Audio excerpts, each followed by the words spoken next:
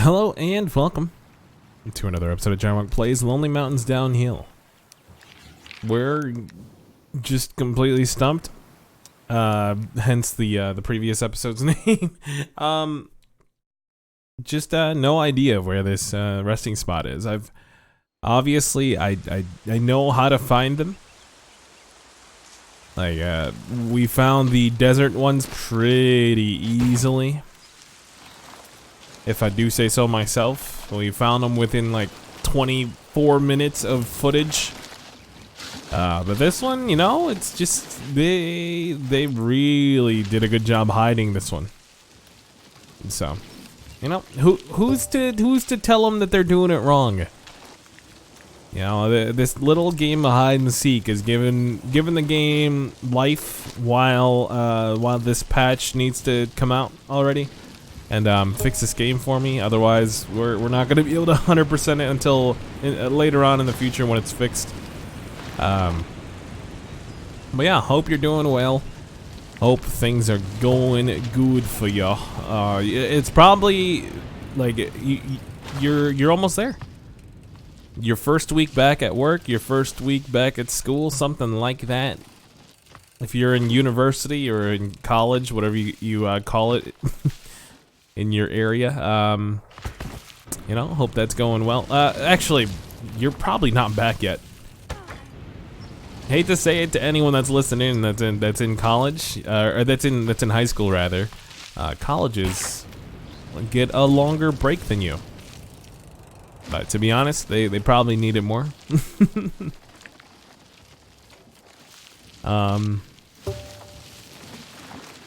Oy.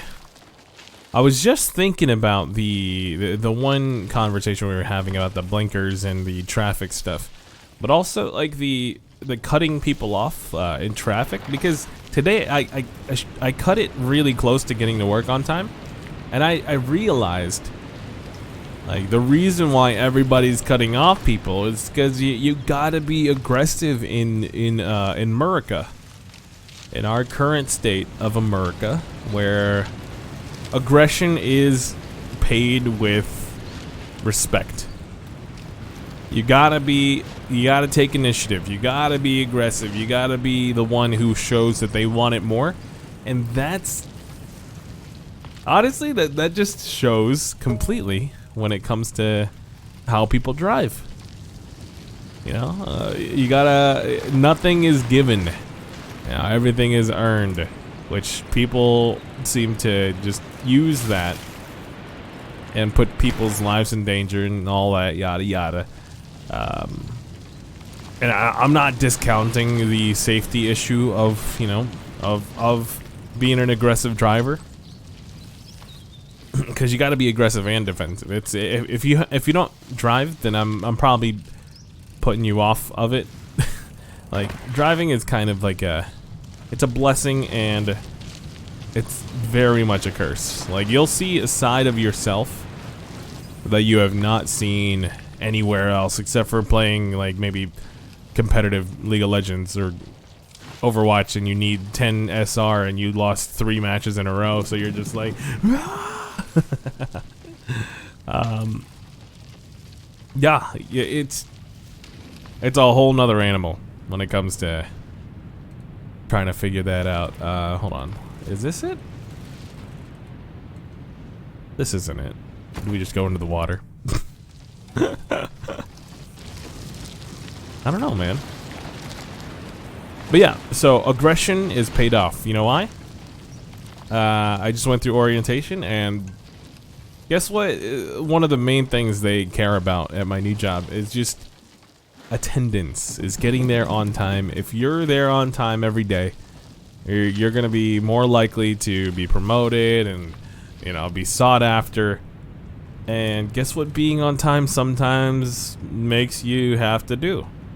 Like, especially if you got family, like for me, I have a baby I need to drop off. I have, you know, I have all these other responsibilities in the morning, as well as getting there on time. Like, it, you know, weather permitting and all of that.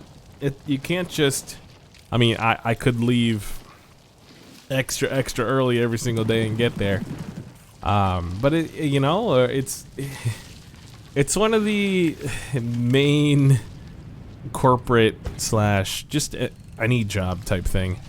I feel like what would be much better is if you had like had a window of time that you were expected to be there. A lot of people will abuse it, but guess what? A lot more people would be less stressed out on the road and maybe less accidents, less etc etc etc. You know, if you had less people that are just crazy out there. Road rage is a term because it exists in just about every single city in America. I don't know how driving situations are outside of the US, obviously, because I haven't driven there. But like everyone thinks that their time is, just like I said before, everyone thinks their time is way more important than other people because it's reinforced. Everyone's saying that your time is much more important than everyone else's. So, I don't know. The world is broken all because they say you have to get in at 8 o'clock. That's why the world's broken. I mean, maybe, you know? I feel like that window of time. So like if you gave me from 7:45 to 8:15, that's my window. I can make that window. That's perfectly feasible. I will probably try to make it at 7:45 every single time, and if things are going crazy, then I'm gonna try to get there, as soon as I can. But like that 30-minute gap is really useful, and obviously you could tell the people who don't care because they're gonna show up at 8:20 every time. You know, it's just and I feel like it's something that could possibly be alleviated right off the get-go in high school, in middle school, etc., etc. Give them a window of time. Have that first 30 minutes of the day be for like homework or like talking to teachers, asking for help, etc. There's so much you could do with that time. I feel like it's just I don't know. I'm not saying like it's gonna solve the world's problems. I just talking about it. I already have a couple questions for myself. Yeah. But it just seems like a lazy way to exclude people from promotions or like try to have some way to have power over your underlings. I don't know. I never really used to have a problem with it because I saw myself as like, alright, cool, yeah, I just didn't care that much. It was my bad. I played video games till 2 a.m. I streamed Fortnite till yada yada. That's why I'm 30 minutes late. Sure. But when it comes to have, like someone that has like responsibilities, someone who has legitimate reasons as to why they're late, that's when it gets a little bit hairy, doesn't it? That's when I feel like, people should care a little bit more. Just my 2 cents, just a little bit of a rant. It's not really like a funny thing. It's not really I don't know. How do you feel about that? It's just a conversation starter. Because it really becomes like a safety issue at that point. It's great when when you're told safety is the -- thing. Also, get here as fast as you can. My favorite thing about these kinds of statements, like these one-off statements that that corporate people, that management always tells you. It's like, we care about you as a person. Also, you're scum. Man. I sound like a... I know I'm giving off lots of boomer energy right now. And, you know, it just comes with time. It just comes with the environments that you're exposed to. It's really easy to just be like, yeah, why does this make sense? Like, why are they... I don't know. It's honestly just probably an issue of... Wait, what the... Where did we just go?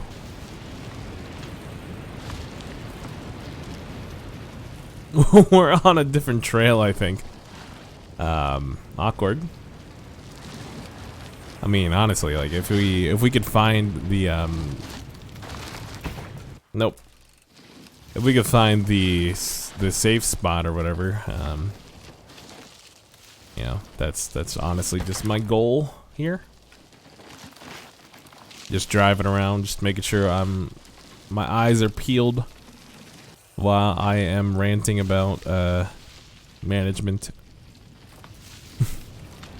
I don't know.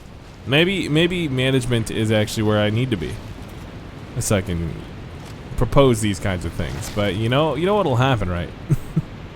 I'll probably get laughed at and be like, yeah, good luck with that. See how many people respect you from that. But to be honest, if you've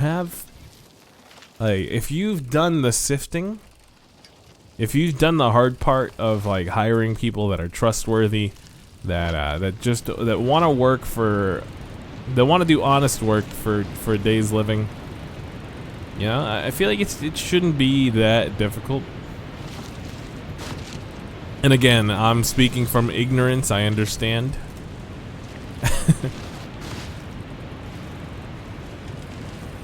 I 100% understand, because I've never been like a management role. I guess like the closest thing, checkpoint missed. I've been in charge of people, but like not to the point where I'm like in charge of them being fired or not. Which, by the way, like managers really aren't the final call. Like their managers' jobs are essentially to protect the underlings from the big bad wolf, the guy who's looking at all the profits and wondering why they're losing out here, X or Y. Yeah, so that's why you really should be like making friends with your manager, because it's supposed to be a symbiotic relationship. They make more money because they can protect you. If you don't have a manager like that, honestly, that's bad management. If you don't feel safe, if you don't feel like you're like being guided properly, then that's bad management. Like if you don't feel like you can have a conversation about like what's going on in your life. You know, again, I sound like a broken record, but that's bad management. That's like a coach on a football team that you can't talk to about your ankle hurting. If you can't talk to your manager about your family going through some issues, or like if you're having like a psychological breakdown, like depression, etc., then they're not doing their job. They need to have that guard off. Like you need to be able to be open about that kind of stuff with them. I don't know. Well, that's just my 2 cents from someone who, again, I have not worked management. But I've worked with lots of managers and owners of companies that don't seem to care at all.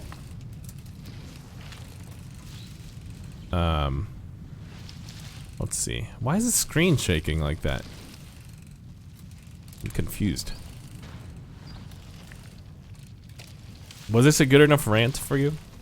I don't usually go off on rants, but like that literally, that was my thought process after trying to dissect why people speed, why people cut people off in traffic.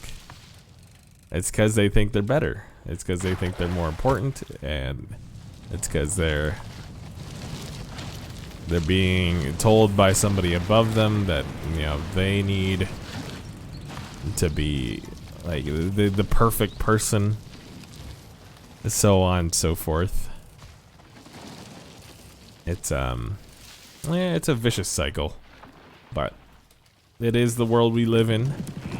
You know, like a lot of people are probably just gonna retort like, what do you expect to happen to change this, to make it better, like from a management standpoint? It's the it's the actual, I feel like there's you can feel if somebody doesn't want the job, you know? Like the people, when I was getting ready to leave the my previous employment, it came kind of as a shock to some people that I wanted to leave. That should not be the case. I showed signs of not wanting to be there, like probably for a full year. So it shouldn't be like a, wow, where's this coming from? I don't know. It's all about like, I mean, maybe I, you know, maybe I should have put it in the survey that our manager, or I don't know. I'm just venting at this point. But, you know, I feel like it's a relatable topic. I feel like everybody's kind of gone through this kind of phase. Or if you're in charge of people, you know, it's just some things to think about. Yeah, I personally feel like I would run better if I was managed by myself. Like if I ever was able to work for myself, by myself, etc., etc. I feel like I have the drive if I put it upon myself, and not getting just an earful every time that I mess up, which is yeah. If anyone's out there experiencing all this, just know you're not alone in it, and you should not be just treated like dirt. You're much better than dirt.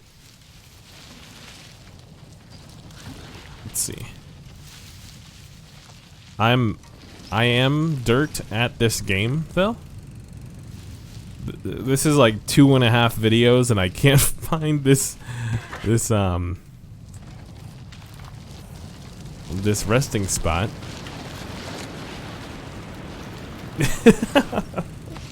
Oh man. Alright, well, we'll just call it there and bike around some more next time. Thank you so much for supporting the video, and hit that like button if you like the video. Hit that sub button if you want to get notified for whenever the new videos come up. It really helps out a lot, and I'm gonna catch ya on the next one. See ya.